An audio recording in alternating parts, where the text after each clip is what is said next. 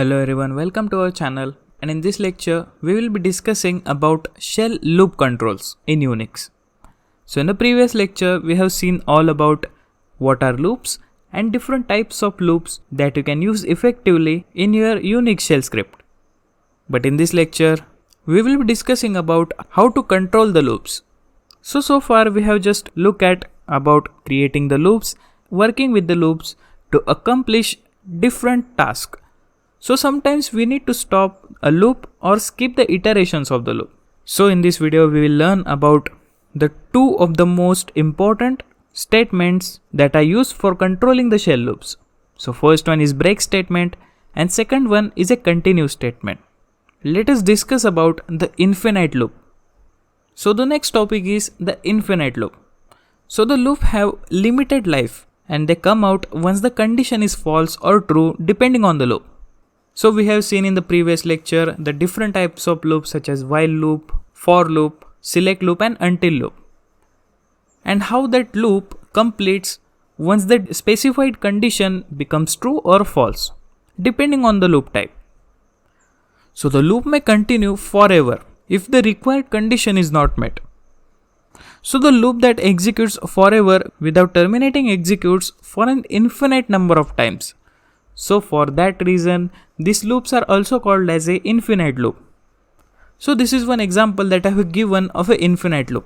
So here we have assigned the initial value for our variable which is 10 and we have used the until loop in it. So until the given condition is true, then the statement that we have passed will be executed.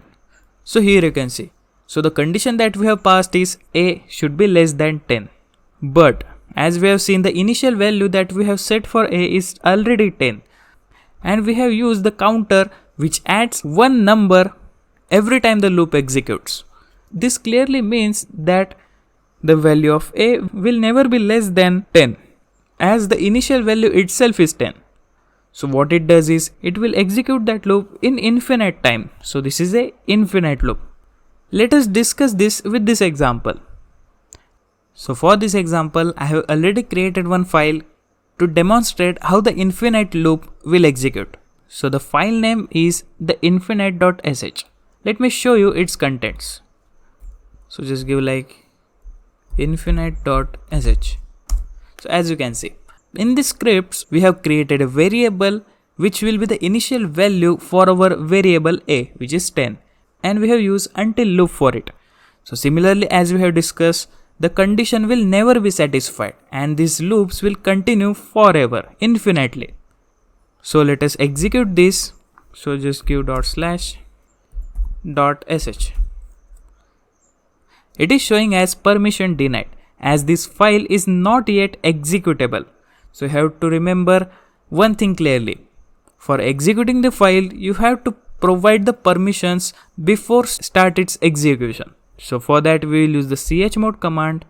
So if you want to learn more about chmod command and how we can provide the different permissions to our file or a directory, you can just refer our previous lecture where we have discussed all about Unix permissions. So just use the chmod and the file name which is infinite.sh. So here now we can execute our file. So as you can see, this is a never ending loop because the condition that we have passed in the until loop will never be satisfied. So as you can see here, this loop will continue infinitely because we haven't used any loop control mechanism into our script. So that we will discuss in the next topic now. So our next topic is a break statement which is used for controlling the shell loops. So the break statement is used for terminating the executions of the entire loop. After completing the execution of all the lines of code up to the break statement, it will then step down to the code following the end of the loop. For break statement, you have to just give the keyword as break. But if you are dealing with nested loops, you have to provide n key after the break, which specifies the nth enclosing to the exit form. So here is the example of the break statement.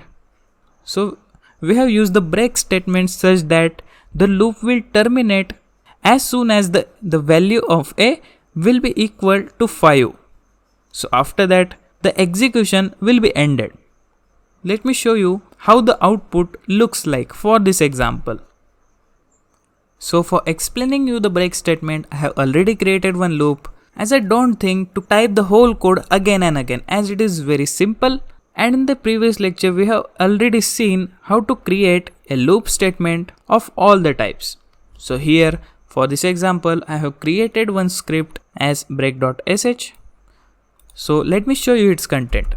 So break.sh.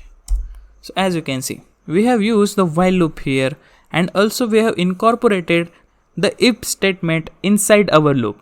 So here the initial value of a will be 0, and the condition that we have passed is a is less than 10.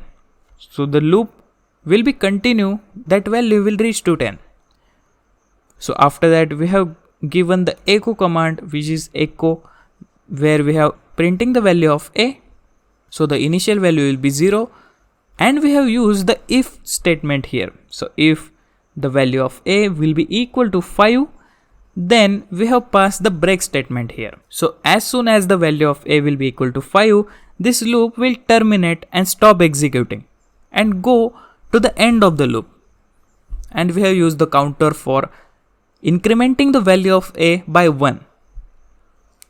So this clearly means that this loop will give us the output from 0 to 5. Let me execute this now. But let me tell you one thing. I have already given all the permission to this file, so no need to use chmod here. So just give like /break.sh. As you can see, it is printing the result as we have expected, 0 to 5. So this is all about break statement.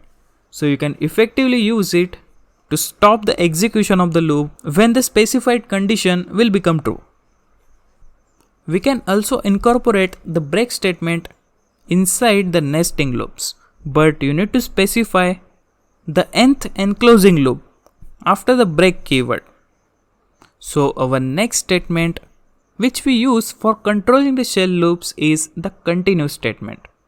So this continue statement is very similar to the break command, except that it causes the current iteration of the loop to exit rather than the entire loop.